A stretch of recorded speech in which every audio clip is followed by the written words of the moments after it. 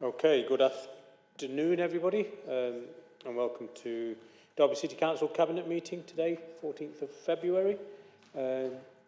Just a couple of announcements to start with. Welcome to our new Director of City Growth and Vibrancy, who I believe this is her first Cabinet meeting, so welcome Tammy. And also somebody who's been here several times before, but today in a new role, Sam Dennis as our Interim Strategic Director for Communities in Place. Do we have any apologies? I've got Shiraz Khan. Okay.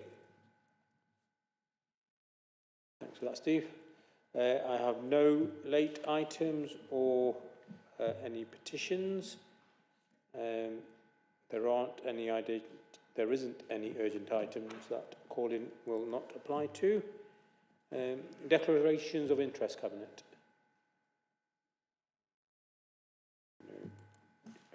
Okay. So item 6, the minutes of the meeting held on the 10th of January. Could I have a proposer? Thank you, and seconded as well. Thank you. So matters referred to us by item 7 by Exec Scrutiny Board in the usual convention. We'll deal with them as we go through each of the reports. So the first item under key decisions is item 8, the determined school admission arrangements for Derby City Council, maintained and voluntary controlled schools for 25-26. Councillor Whitby. Yes, indeed. Thank you, Chair. The Council is the admissions authority for all maintained and voluntary controlled schools and must consult on any changes to the admissions arrangements for those schools. All admissions arrangements must then be set out, by the statutory deadline, a date of 28th of February 2024. I suppose the key to this, to know, Chair, is there have been no policy changes to the admissions arrangements for 25 to 26, and we have consulted, and that's now closed, and there were no objections or comments, so it's pretty straightforward, I'm hoping, and we can accept this. Thank you. Thank you, Councillor Whitby. So the two recommendations, just for clarity, the two recommendations from Exec Scrutiny. Chair, we can accept the first one about the wording. I think we'll have a look at making the wording slightly more user-friendly, but there are obviously limitations to that. And the second one we are noting. Okay, brilliant. Just on the first one, though, can we just make sure that's done by the relevant director in conjunction with the cabinet member? Okay. Are there any other comments on item 8, Cabinet? Okay. All those in favour of the report at item 8, recommendations 2.1 through to 2.3. Thank you. That's carried. Okay, right. I was only reminded about this about 2 minutes ago and I forgot. I'm going to bring item 16, the 23-24 quarter 3 performance monitoring report, to the front of the agenda. And that's not a request of anybody. It's just, I think, it gets shoved at the bottom of the agenda, which we legally have to stick to that structure. But it's such a significant report, we should be discussing it earlier up the agenda. So we're going to take item 16 next, Cabinet. So, as I said, it's our quarter 3 performance monitoring report. There's recommendations 2.1 through to 2.3. And as always, and there's the importance of reviewing our performance on a regular basis, and this comprehensive report represents some of the highlights from our key projects, performance measures and strategic risks included in the council plan.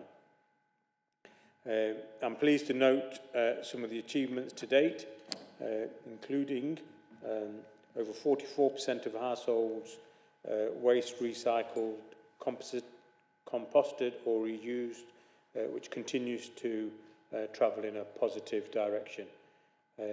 Nearly 400 jobs created in our city, and we're continuing to work in this quarter and beyond to also mitigate any job losses which are resulting with the current situation at Alston.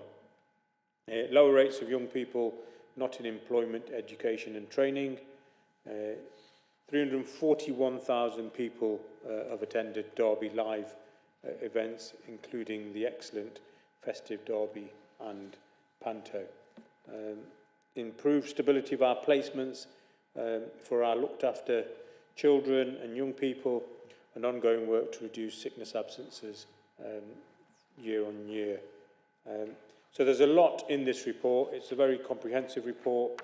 I'm sure Cabinet members can all pick out other areas where the Council's performance is both good and where we also need to make sure that we maintain focus to make sure performance has improved or continues to remain good. It's a key part of how we operate to make sure there are good, strong performance measurement in place so that we can track and continue that important role of making sure the public get value for money and good services. So I'll propose the recommendations 2.1 through 2.3 in a second. Are there any other Cabinet members who'd like to make a contribution? Councillor Beakfield. Thank you, Chair.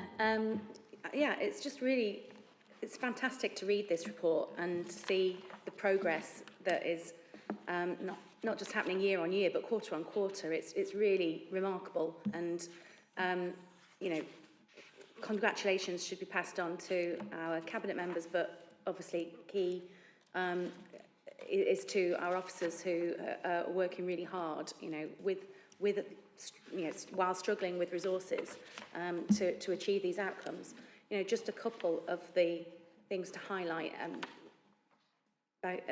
Chair, you've highlighted some of them, but I'll just pick out a couple more. Derby Homes building for the first 4 carbon negative council properties in Derby is massive, absolutely huge, and a real nod to the future, and you know what we can achieve. Planting over 2,000 small trees. This is just in this quarter. You know, again, is really delivering on the things that we've been promising. You mentioned the jobs, and you mentioned the Derby Live, incredible attendance figures, which is brilliant for obviously my portfolio and for culture in Derby.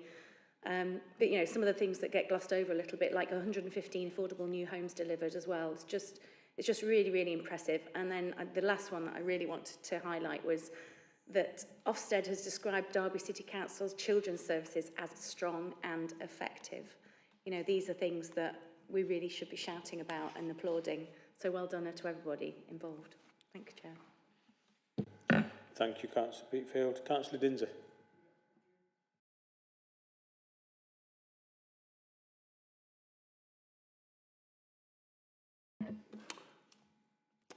Under the green section of the report from Sarah on page 4, it's good to hear that during National Tree Week, 25th of November to the 2nd of December,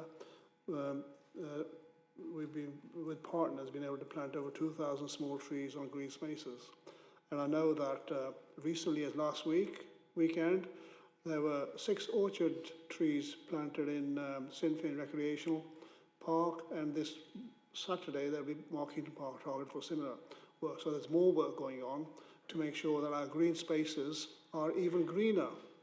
And so that's really positive in terms of the work we're doing through parks.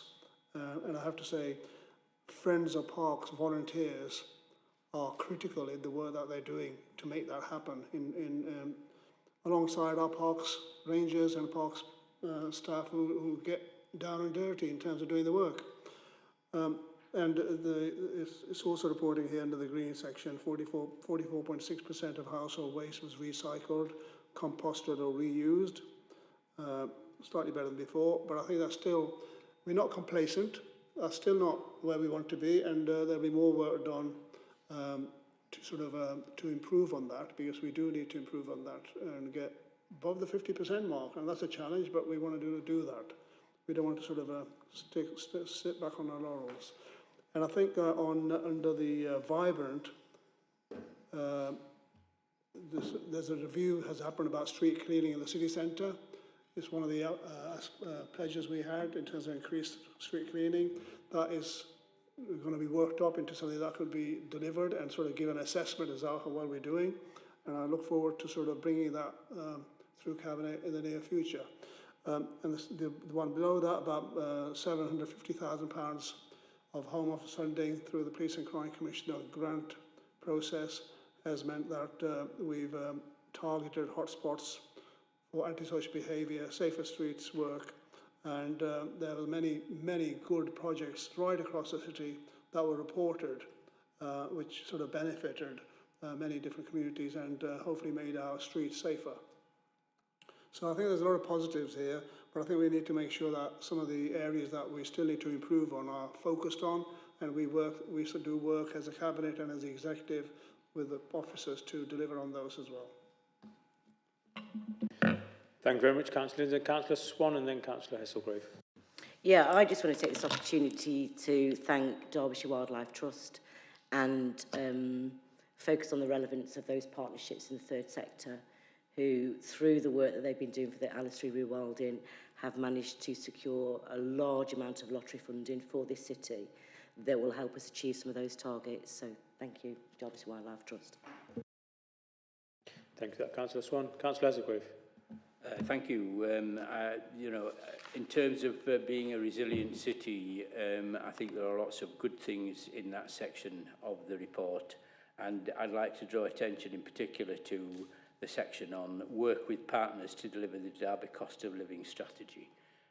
We are in the middle of a deep crisis in terms of the cost of living for many of our less well-off residents, and the work that's done by the Cost of Living Coordination Group, which brings together, obviously, officers from the council, but also key partners that we work with. I won't name any from the voluntary sector, but I know the DWP takes an active participation in that, and it's been really good, for example, at looking at the whole thing about Alstom and really putting out the stops to help actually get people work from that. But what I'd like to do is just say that the work that the Cost of Living Coordination Group does in this area is very, very effective, and you can see that it has a blue status. We're in tough times, we're very well coordinated, and we all see ourselves as part of a bigger jigsaw, and each part, obviously, is absolutely essential in achieving what we want to do.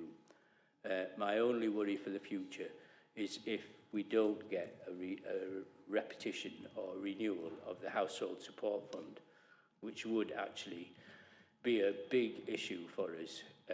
But if we face that, we'll face it together. So I thank all partners, I thank the DWP, and I thank in particular all our officers and colleagues for working so diligently and in such a coordinated and coherent way to approach this issue. Thank you very much, Councillor Hesselgrave. Councillor Whitby. Yeah, thank you, Chair. A couple of extra indicators on here that not only are good for the children but also good for keeping our costs down are the number of children placed within a Derby City foster placement is up to 35.3, which is obviously good news, and also the number of children placed within 20 miles is increased as well. So obviously these are incremental, but all the right direction of travel. Thank you, Chair. Okay, brilliant. Thank you, everybody. I think that's justified bringing this report forward in the agenda, highlighting them excellent achievements and areas where we can make improvements as well. which is equally as important. Okay, so can I have a show of hands, please, for the recommendations at 2.1 to 2.3, please? All those in favour? Thank you. That's carried.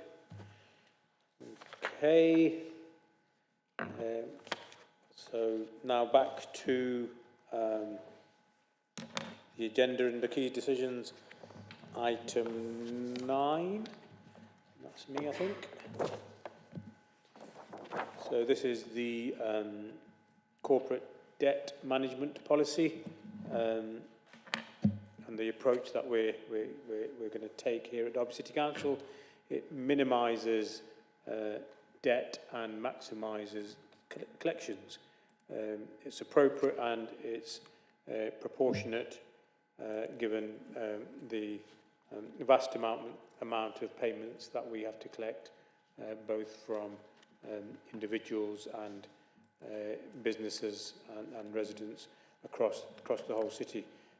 I'm not going to go through the whole report, but it's a welcome report which allows us to make sure our financial governance and collection is documented, and we have a policy to check against. So, does anybody else want to say anything on this? Let me just check the Exec Scrutiny Board. The Exec Scrutiny Board resolved to ask Cabinet to also give permission to the relevant director to make technical changes to the wording of the policy on debt collection. Not sure what that means, and I'm not sure it'd be wise just to give permission to the relevant director to make technical changes. We'll note that, but if there are any specific changes any of the members from Exec Scrutiny highlight to us, I'm sure I can work alongside our finance director to make sure the report reads better. I assume it's just something on the reading of the report. Okay then, Cabinet, if nobody else, can I have a show of hands, please, for the recommendations on page 1, 2.1 through to 2.5. Thank you.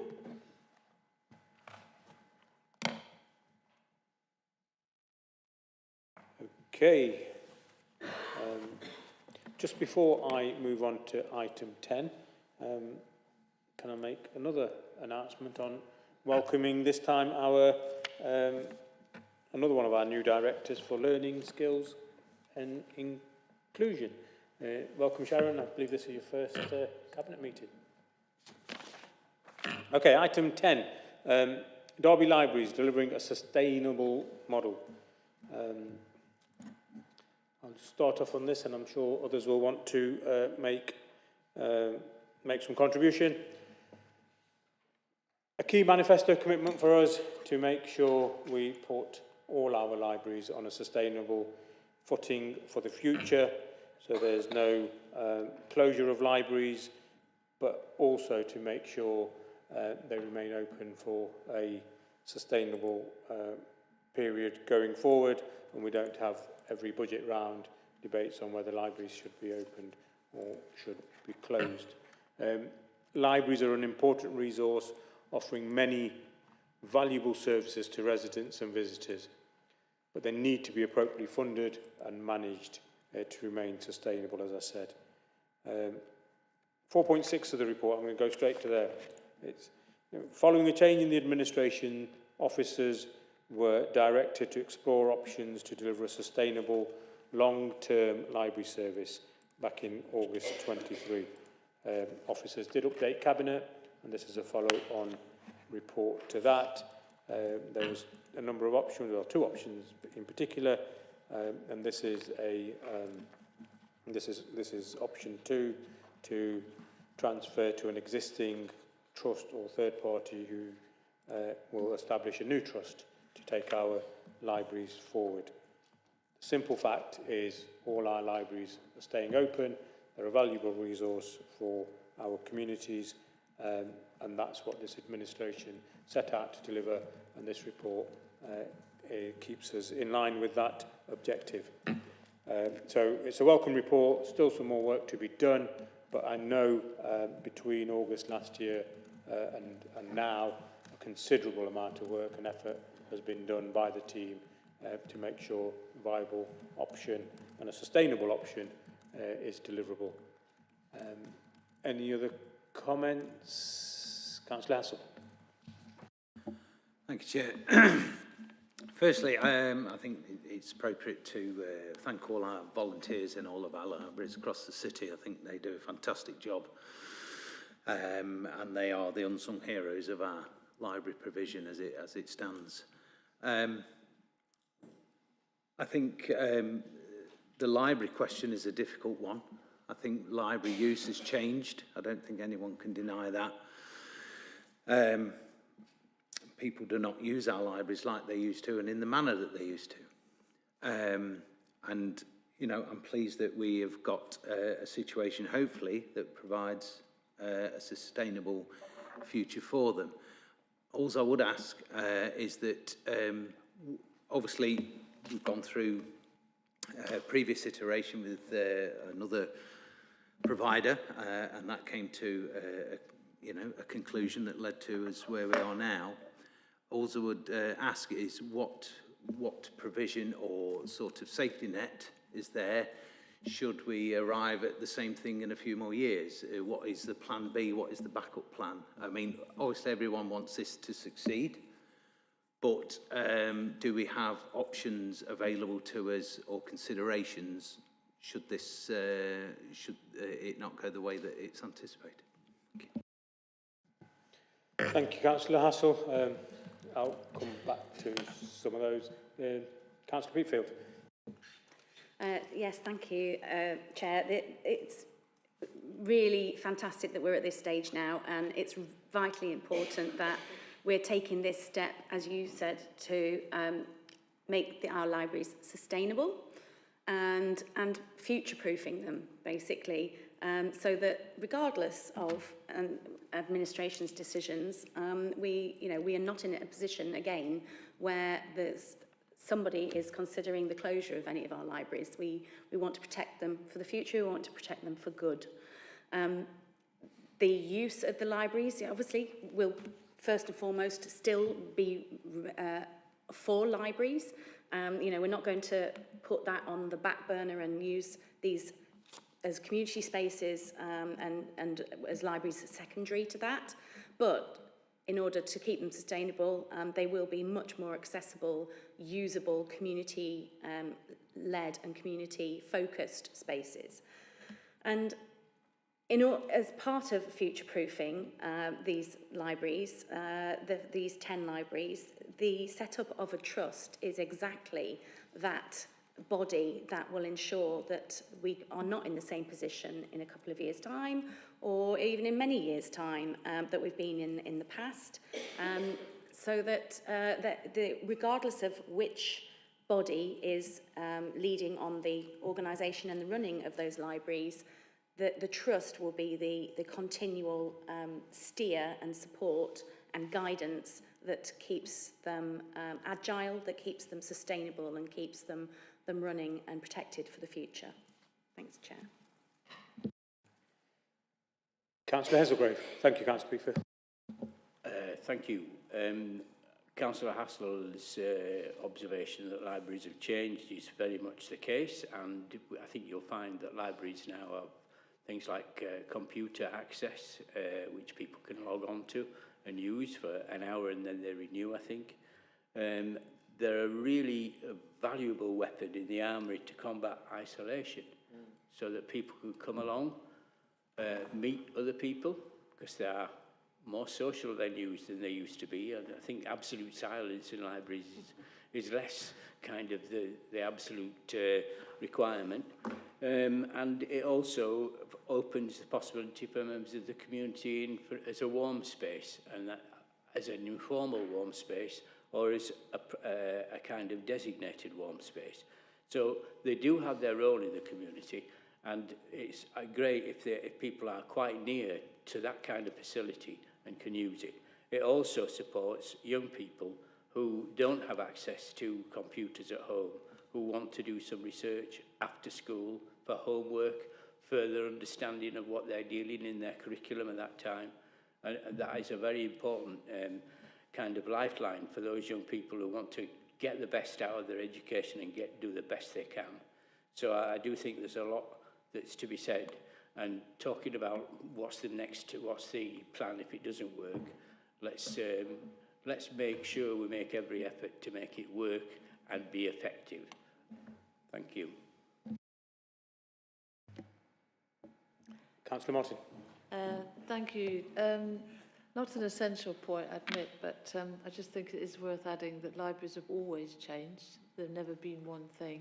They've always evolved over time. Public libraries are historically a very relatively recent thing. Most of the bigger libraries have been known as libraries and information services for many decades already. So I think there's very much that emphasis on recognising, as Councillor Hazelgrave has already outlined, that these are, in a world of increasing sort of withdrawal in some ways into people's private spaces, because we've got so many good things at home, these are still very important public spaces that are very important to certain people in particular, and they can perform sort of knowledge and culture and social sharing spaces in lots of different ways, and that kind of flexible openness to what they actually are and can be in the future is important, and I think we'll work hard at that to make them work. Thank you. Okay, thank you, Councillor Martin.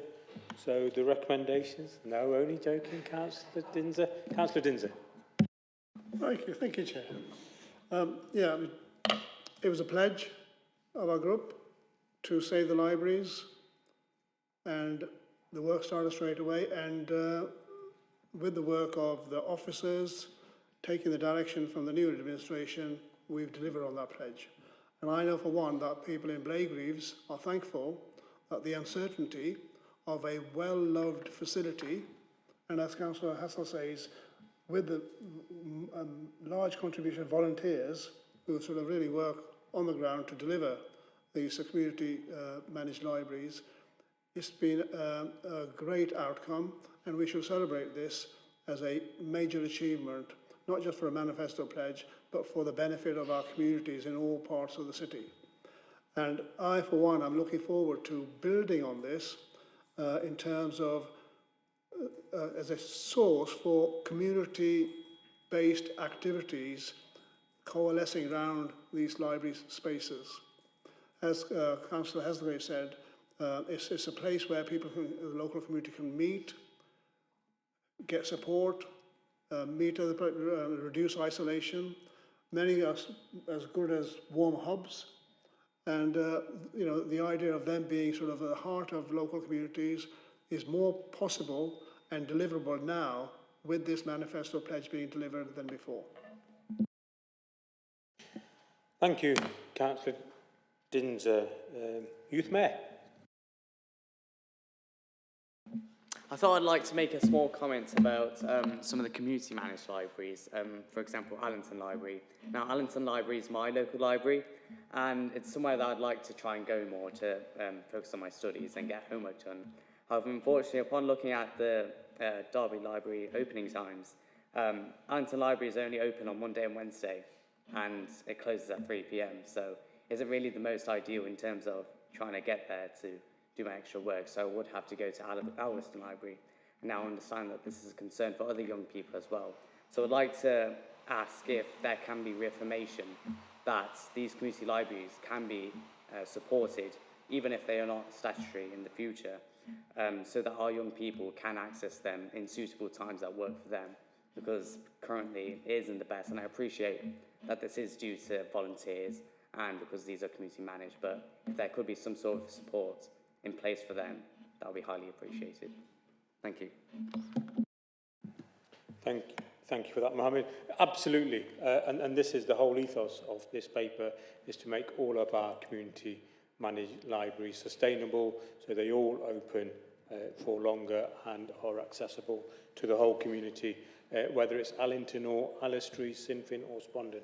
For us, they're all absolutely equal, and they all will have our focus to remain open, and again, I use the word sustainable. Thank you, Cabinet, for all those contributions. That really was excellent. Thank you, Councillor Hassel, for your contribution. I can agree with you and thank the volunteers across the whole library service and indeed other council services where we have people supporting our dedicated officers. So absolutely agree on that. I also agree with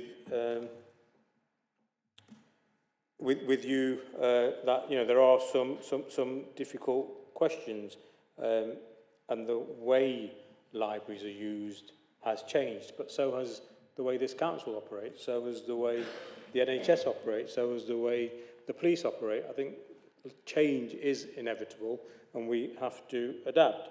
What I don't agree with you is when you say residents just don't use libraries, because my experience is residents do use libraries, and when I've visited Blaegreaves with Councillor Dinser, whether it's Alveston, whether it's Sinfin, any of the other...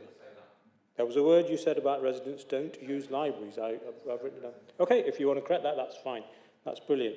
And we've heard lots of mitigation as well from the Cabinet around, having a determined will, providing the focus and necessary support, and finances where that is needed to make sure this offer remains sustainable. But there's obviously one other thing that residents can do as well, and that's never to elect a Tory administration again to this council, because that's what the real threat from libraries was. It was Councillor Poulter who sat here and said, this is the end of community managed libraries, but we hope to keep some open. I think it will quote, it was the likes of Spondon and Alistry. So that's another mitigation that the residents of Derby can use. Okay, Cabinet, recommendations 2.1 to 2.4, please, on item 10. Sorry, there's some scrutiny recommendations. Thank you, Karen. So scrutiny recommendation, there was 3 recommendations. Number 1 was to ask Cabinet to request a clear and fact-based report of the reasons why the last transfer proved to be unsuccessful, and for this to be used as part of the development of a new transfer.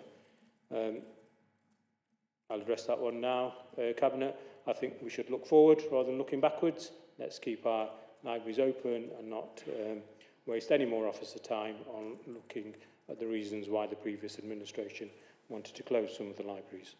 So we'll reject number 1. Number 2, to recommend that despite the comments made at 4.6 of the appendix that the financial sustainability of community managed libraries will be dependent upon the continued support from the council and any other third parties and the community's effectiveness in fundraising, the council will commit to ensuring that the community fundraising is only for additions to the library's offer, and that the continued support provided by the council and any other third parties is sufficient to ensure the financial sustainability of the 10 community managed libraries. I think that was a very good recommendation if it wasn't pre-written. I think we can note that one. I think what they're trying to get at there, and it's a shame the chair isn't here to represent these recommendations, but I think it talks about the sustainability of libraries financially going forward, and I believe there was some discussion around fundraising, but the fundraising element of a trust is a really important part. It's actually a government recommendation. I think the Department of Culture, Media and Sport recommends that community managed libraries and trusts are allowed to actively fundraise and possibly access additional funding which councils and other statutory bodies aren't allowed to access. So I think we can note that one. And finally, it was to ask Council Cabinet to consider and revisit the hub model to increase the footfall of the 10 community managed libraries. Again, we want to increase the footfall of our libraries, whether they're community managed or the statutory provision. So we'll look at whatever options there are for that, so we can note recommendation 3 as well. So just to help you, Karen, my proposal is we reject recommendation 1 and note recommendations 2 and 3. Okay. Bearing that in mind, Cabinet, can I now have a show of hands, please, for recommendations 2.1 to 2.4 on page 1 of item 10? Thank you. Item 11, Future High Streets Fund Programme. Councillor Peatfield. Thank you, Chair. Our administration is committed to regenerating our city centre, and Derby has secured 15 million of future high street funding to contribute towards this aim. Cabinet is asked to agree positive changes to the Future High Street Fund programme, specifically around the Eastern Gateway project, and I'll emphasise the word positive changes. They will help to repurpose the space and the buildings in the city centre, increase footfall and improve the quality of public spaces. We've been working with our partners at Derby On Centre on the scope of the Eastern Gateway scheme.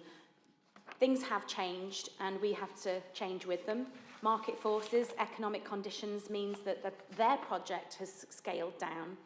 But that does offer a new opportunity for us to support further work in the Cathedral Quarter to create new office, residential, leisure space in buildings that are currently not only underused but are in danger of dilapidation. Cabinet is asked to support both the Eastern Gateway Derby On and Eastern Gateway Cathedral Quarter scheme, which requires 3 million and 2 million of the Future High Street funds respectively. Together, those schemes achieve actually even better outputs and incomes for the funding allocation, and they will go a long way to regenerating important parts of the city centre and protecting our heritage assets, something that we have pledged to do in terms of reusing the beautiful buildings that we already have. We've had a breaking news here. We've had a positive decision from DLUC this week, so their agreement to these changes is now secure, which is, I hope you'll agree, excellent news. The report details the extensive due diligence work that officers have done to confirm the case for supporting both schemes, plus the headline terms and conditions we will attach to the grants award to our project partners. We also need to make changes to the capital programme, all of which are detailed in the financial implications of the report. And I do have to actually commend the work of the officers on this report because the detail is so thorough, it's open and it's transparent, to coin a phrase. It clearly demonstrates that we've covered every eventuality, every concern and every inch of due diligence in order to arrive at the right decision for the city and the right allocation of this funding. So there is also obviously a confidential report for consideration as there are currently commercial sensitivities, which mean that the exact details of the project and grant terms cannot be shared in the public domain. So if I can just remind everyone that we can't mention specific street names or businesses at this time. I am, however, delighted to bring this decision to Cabinet. I'm very excited by the change, the physical change in our high streets that people will see as a result of these schemes, and the huge role that this plays in the regeneration and refocus of Derby as a city centre for all. Thank you very much, Councillor Peatfield. Councillor Swan. Yeah, I just want to say thank you to Councillor Peatfield actually for working extremely hard with her officers on this project. I think with a limited amount of funding, this is a really creative and aspirational project that will change the public realm for Derby, so thank you. Councillor Hazelgrave. Just to know also that this is one more factor in improving the economic growth and prosperity of the city, making it more attractive for new businesses to set up, to free up, to fill empty retail units, and to give a more vibrancy to the city centre, which is obviously great for everyone and makes the place a really nice place to come and spend a day with the family at a reasonable cost and with, you know, a relative degree of safety and comfort. So I think this is a great thing to be seeing. Thank you. Thank you, Cabinet members, for your contribution. Again, absolutely vindicates our decision in our manifesto to make sure we appointed one of our first acts, a Cabinet member with specific focus on the city centre. Derby is a destination, and we continue to improve the vibrancy, so those who want to either live in our city, shop in our city, visit our city, or indeed work in our city, have the best experience they possibly can. Still more work to be done, but we've got very exciting projects being delivered and in the pipeline to make sure we continue on this whole regeneration theme and put Derby on the map for a destination city. And I'm sure working with our partners across the city, and in particular in the city centre, it's something we can deliver. Recommendations from exec scrutiny. Thank you, Karen. I could feel your eyes on this. Right. Item 11. The exec scrutiny board resolved to ask Council Cabinet to seek to establish a Friends of City Centre green spaces to include the parklets as part of the policy supporting city centre living, and to help ensure that this aspect of the high street investment is a long-term success. Councillor Peatfield. Thank you, Chair. Yes, on that recommendation, that is something that is already in the pipeline and something that will be allocated to the new task force as a task to be achieved in a really short space of time. It will actually more likely focus on the entire city centre as a Friends of Derby City Centre. So we're happy to accept the recommendation because we're already working on it and expanding that. Excellent, thank you. Councillor Dinser.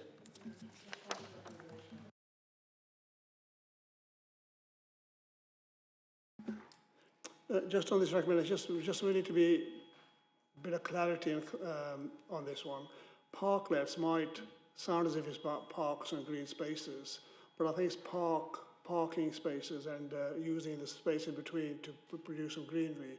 So the recommendation from Exec Committee talks about city centre green spaces.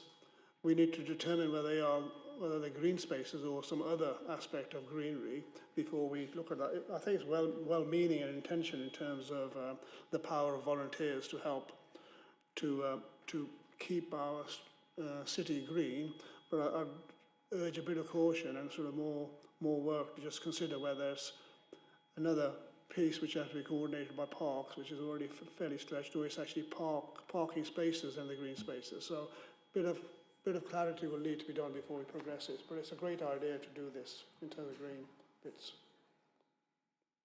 Thank you, Councillor Dinser. Yeah, I mean, that's useful. I think we can...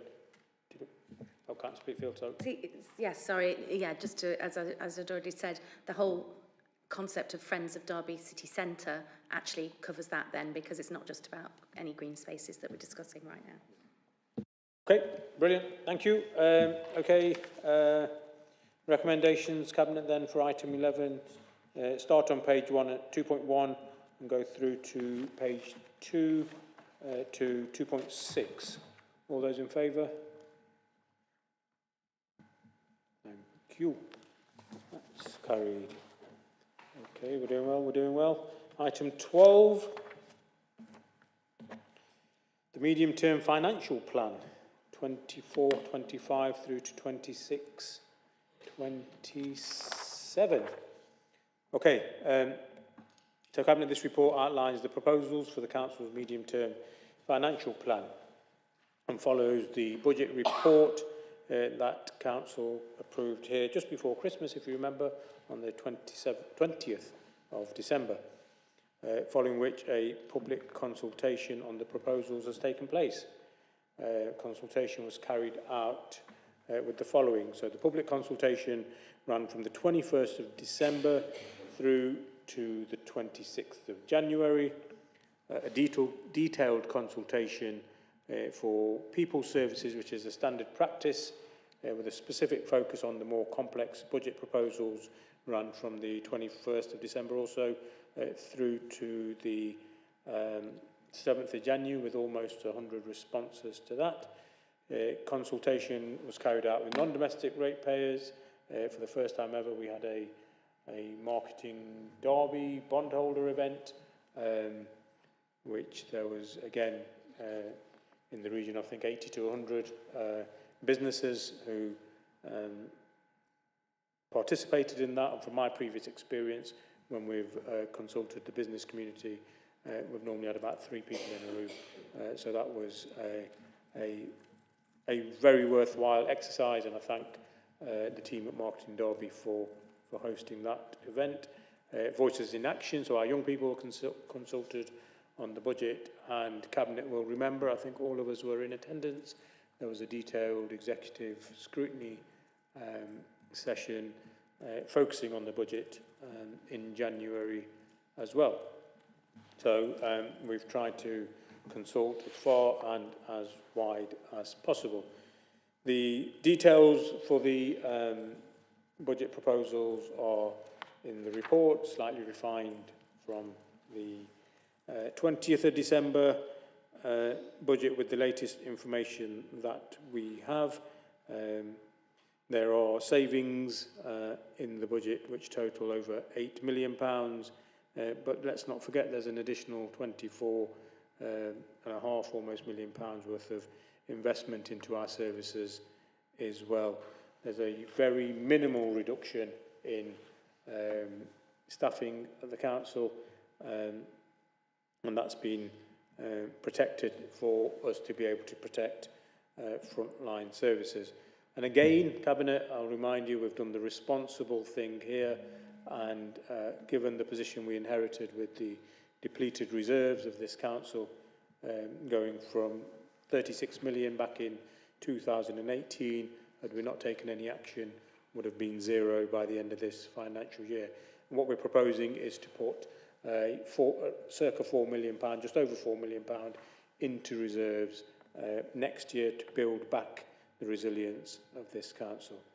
It's a budget, obviously, which will be debated, I'm sure, at length at council on the 28th of February, and hopefully be approved by the majority of council, so we can plan in conjunction with officers across the council. I know finance officers deserve special credit for the work they do to get us to this position, but let's not forget officers from every single directorate in the council have worked immensely hard to be able to put us in a position where we can in fact propose a balanced budget for the next year.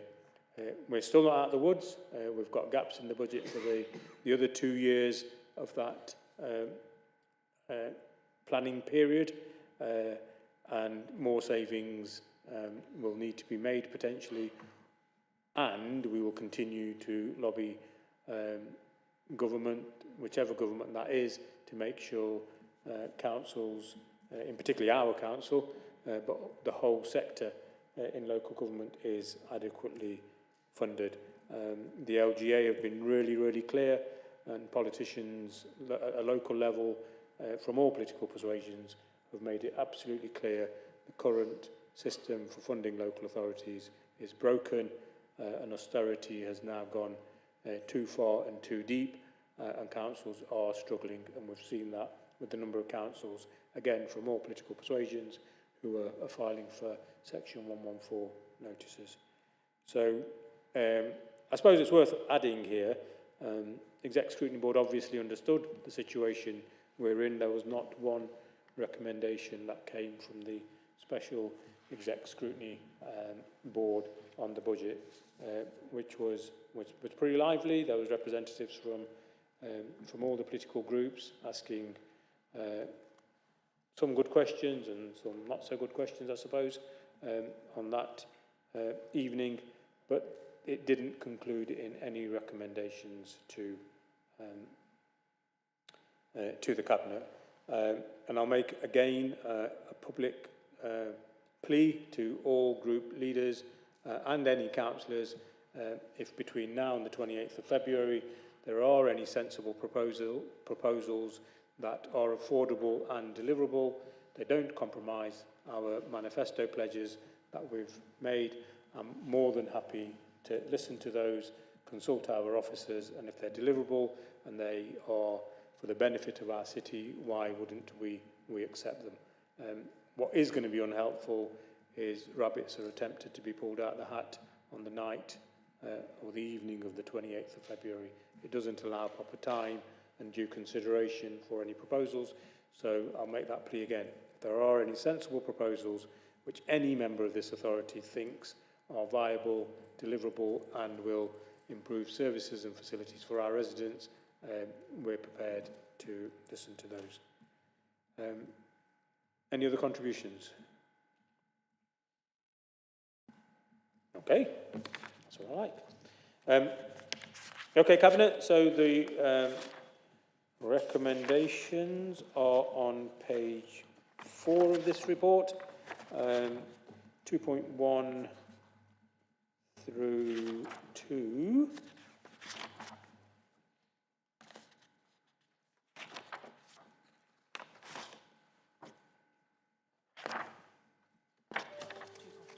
.25, am I right?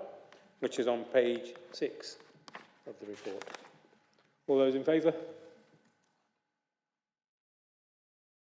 Thank you very much. That is carried. Oh, an exec scrutiny last night also resolved to note the report.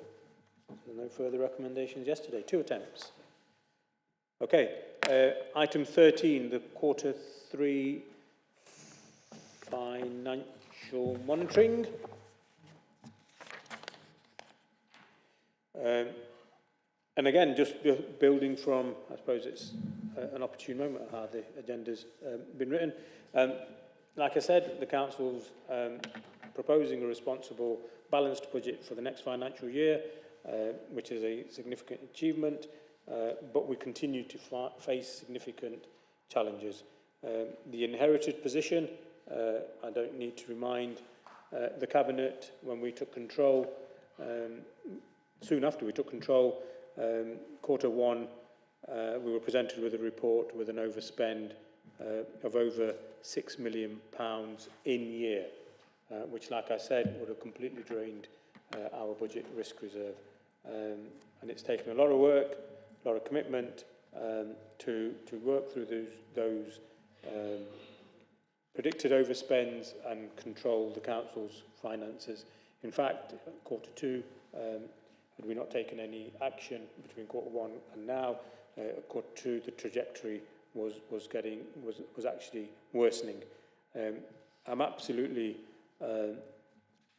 delighted is probably the wrong word, but I am pleased to say the work we've been doing, again with our officers across the Council to get a grip of finances at this local authority is paying off. There's still an overspend predicted, and that isn't a good position to be in, but it is a remarkable position to be in, given that it was over £6 million, the overspend, and now it's down at predicted to be 2.386 million for this financial year. But again, nobody's resting on their laurels. Everybody is still continuing to work really, really hard to make sure that figure is further reduced in the remaining quarter, of which obviously now there's about 6 weeks left. But the work is absolutely commendable. We're in a much better position financially now than we were on the 24th of May last year. Having said that, let's make it really clear, we're not out of the woods. The local government finance position across the country, here in Derby included, still remains very volatile, and we will continue to push for fair funding for our city and make sure whichever government realises the position of local government.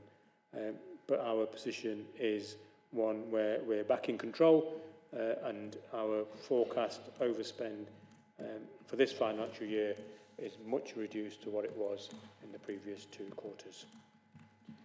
Any other contributions? Councillor Peterfield. Thank you. I just really want to extend the Cabinet's thanks to our Director of Finance, Alison Parkin, who's done an extraordinary job this year, obviously on that incredible reduction of the overspend this year, but obviously on the MTFP as well, relating to the previous item.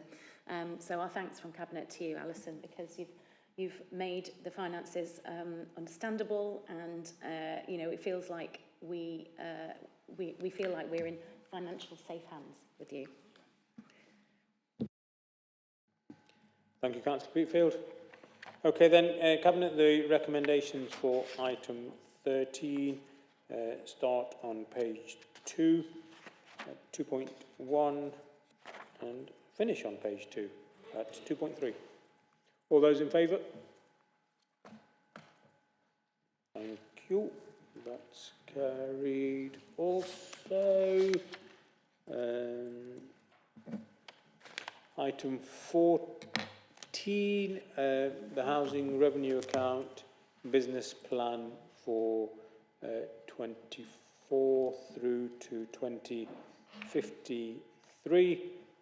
This report seeks approval for the updated housing revenue account HRA business plan, the associated rent increases, and the capital programme that working with our arm's length management organisation Derby Homes is to be delivered for our housing stock. Recommendations, Cabinet are there from 2.1 through to 2.5. Exec Scrutiny Board last night also noted to resolve this report. Are there any further contributions? No? Okay. Can I have a show of hands then, please, Cabinet, on the recommendations 2.1 through to 2.5 for item 14? Thank you. So now moving to contract and financial procedure matters, item 15. There are 4 recommendations, predominantly for 2 schemes there. The first one is a very welcome scheme, Football Foundation artificial turf pitch at our Moorways complex, which is being done in partnership with our delivery partner there, Everyone Active, and is funded through our capital programme and also a external grant from the Football Foundation of just over £500,000, which gives a total investment for to deliver a new artificial pitch at Moorways Sports Village, costing £825,000. It will be a huge addition to the excellent facilities that we've already delivered at Moorways. I was there at the weekend for the Derbyshire ASA meet, which met over 2 weekends, both Saturday and Sunday. This weekend gone and the previous weekend, over 1,000 swimmers participating, their families coming to Derby from all over Derby and Derbyshire to cheer on the swimmers. Great atmosphere, and very proud that it was happening at Moorways, a facility which we decided to invest in when we were previously in control. A fantastic facility enjoyed by literally thousands of members on a daily basis. So that's one of the items, and then the second item is the acceptance of funding of £500,000 from the Local Skills Improvement Fund, which has been made available to enable collaborations of further education amongst providers to respond to the skills priorities identified in the local skills improvement plans. Any other contributions, Cabinet or opposition leaders? Okay, thank you. Item 15 then. Was there a recommendation from Exec Scrutiny? The Exec Scrutiny Board resolved to note the report and welcome both the projects. That's very kind. Okay, Cabinet, recommendations 2.1 through to 2.5 4 for item 15. All those in favour? Thank you very much. We've done item 16, which was the performance monitoring report. So item 17 is the motion to exclude the press and the public. Can I just have a show of hands for everybody in favour of that? Thank you.